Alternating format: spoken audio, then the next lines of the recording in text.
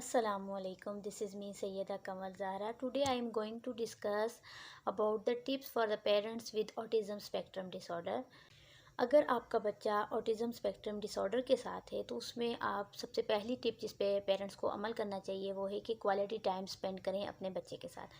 अब पेरेंट्स जो है क्वालिटी टाइम कैसे स्पेंड कर सकते हैं, पेरेंट्स को बाज़ दफ़ा ये समझ नहीं आ रही होती कि हम क्या करें, किस तरह से बच्चे के साथ काम करें।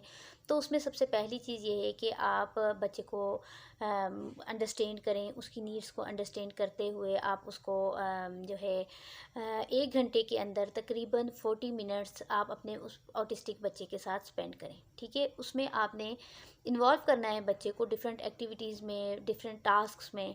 तो आप अपने बच्चे को जो है गार्डन में लेके जा सकते हैं, वहाँ आप ग्रास पे उसको नंगे पाँव वॉक करवा सकते हैं ताकि उसे एक सेंसरी टच भी मिलता रहेगा। फिर उसके अलावा आप उसके साथ बॉल प्ले कर सकते हैं जिसमें आप उसकी हैंड आई कोऑर्डिनेशन पे काम कर सकते हैं, आई कांटेक्ट पे आप काम कर सकते हैं, उसके साथ वाटर प्ले कर सकते हैं। उसके लिए भी डिफरेंट एक्टिविटीज़ आप प्लान करके अपने बच्चे के साथ उनको परफॉर्म कर सकते हैं जिसके ज़रिए उसका अटेंशन स्पेन, उसकी अटेंशन, उसका आई कांटेक्ट और ये सब चीज़ें जो है इम्प्रूव हो सकती हैं।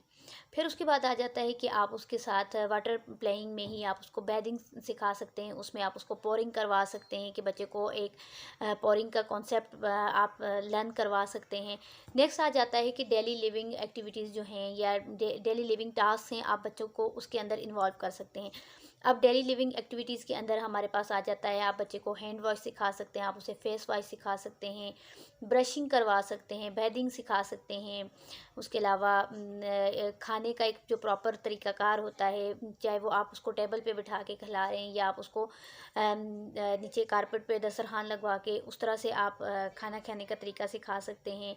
उसको ड्रिंकिंग सिखा सकते हैं, उसको सकिंग, ब्लोइंग, विस्लिंग, ये सब चीज़ें यानी ओरल मोटर मूवमेंट्स जो हैं इन पे काम कर सकते हैं। इसके लिए एक चीज़ जो पेरेंट्स को समझ नहीं आ रही होती कि हम अपने ऑटिस्टिक बच्चे के साथ काम किस तरह से करें, किस तरह से हम उसे कोई भी टास्क हम उसे सिखाएं। लेट्स सपोज कि हम अगर ब्रशिंग की बात करते हैं, एक बहुत छोटा सा टास्क है, नॉर्मल बच्चे को तो शायद ये अचीव करने में बहुत कम टाइम लगेगा, लेकिन अगर हम ऑटिस्टिक बच्चों के पॉइंट ऑफ व्यू से बात करते हैं तो उसमें ये है कि सबसे पहले आ जाती है कि आप टूथपेस्ट का जो ढक्कन है उसको किस तरह से खोलना है वो बच्चे को सिखा सकते हैं कि किस तरह से उसने रोटेट करना है, देन उसने स्क्वीज़ करके किस तरह से ब्रश के ऊपर टूथपेस्ट को लगाना है।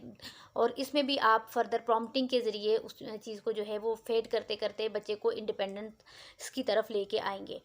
और फिर उसके अलावा आप अब जो ऑटिस्टिक बच्चों का एक ख़ास रेपिटेटिव और पैटर्न होता है कि वो ब्रश को या तो मुंह में डालेंगे, च्यू करना शुरू कर देंगे या फिर किसी एक जगह पे ब्रशिंग करते हैं, लाइक प्रॉपर एक जो मेथड है उसको फॉलो नहीं कर सकते। तो इसमें ये है कि आप स्टार्टिंग में उनको प्रॉम्प्टिंग के ज़रिए ये चीज़ सिखाते हैं और देन उसको इंडिपेंडेंस की तरफ लेके जाते हैं। इस तरह बैदिंग भी आप उसको सिखा रहे होते हैं, पोरिंग सिखा रहे होते हैं, किस तरह से शैम्पू लेना है, किस तरह से बॉडी वॉश लेना है, पानी कैसे डालना है, आप शॉवर के नीचे किस तरह से नहाना है, बकेट में पानी डाल के वहाँ किस तरह से शॉवर लेना है। तो ये सारी चीज़ें जो है आप अपने बच्चे के साथ जब काम करते हैं तो उसे सिखा सकते हैं। फिर उसके बाद आ जाता है कि आप बच्चे को सेंसरी ब्रेक देते हैं। इस सेंसरी ब्रेक के अंदर आप डिफरेंट टेक्सचर्स को बच्चे को इंट्रोड्यूस करवा सकते हैं। रफ टेक्सचर किस तरह का है, स्मूथ है।